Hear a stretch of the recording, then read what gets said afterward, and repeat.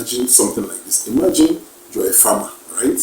You have a piece of land, right? You clear the piece of land, right? You take out all the grass of this piece of land. It's like bare, right? Then you're now watering the ground every day. Every day you come and water the ground, right?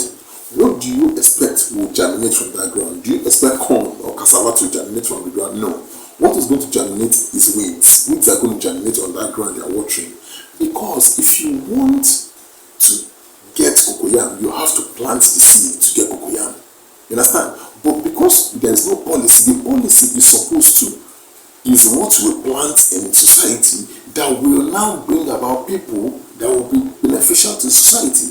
But what we are doing here, since there is no policy, we are like that farmer who is watering the ground and did not plant any crop, and then he's seeing weeds and is wondering how the weeds come here.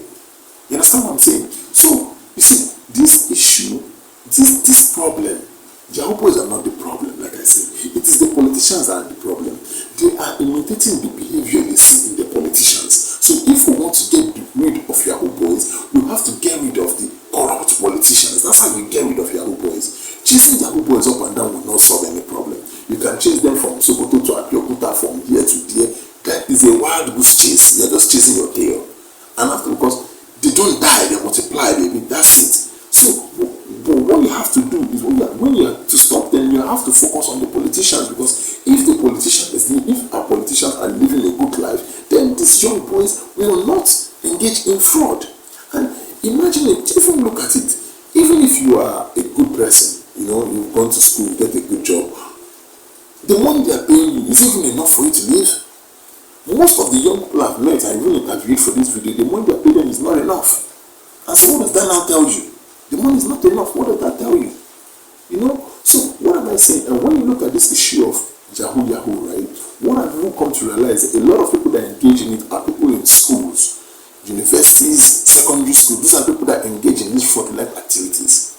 And they do it because it's as a means to an end. They do it so they can get money. So you see what I'm talking about? So this is what I'm talking about, and I want you to see. Yahoo boys, like I said, they are not the cause of our problem. They are the effect. And you can sensationalize it and make it look like, oh, Yahoo boys are the problem. They are the problem. They are not. It's the politicians. And the moment we realize this, and the moment our politicians act right and demonstrate the right kind of behavior, then we are going to get a good society, and the Yahoo boys will fade. That's it. But chasing the Yahoo boys, it doesn't solve the problem. That just doesn't solve the problem. And that's what I want us to know. It just doesn't solve the problem. So on that note, this is what I have for this segment. Like I said, the title is Let Yahoo Boys Go.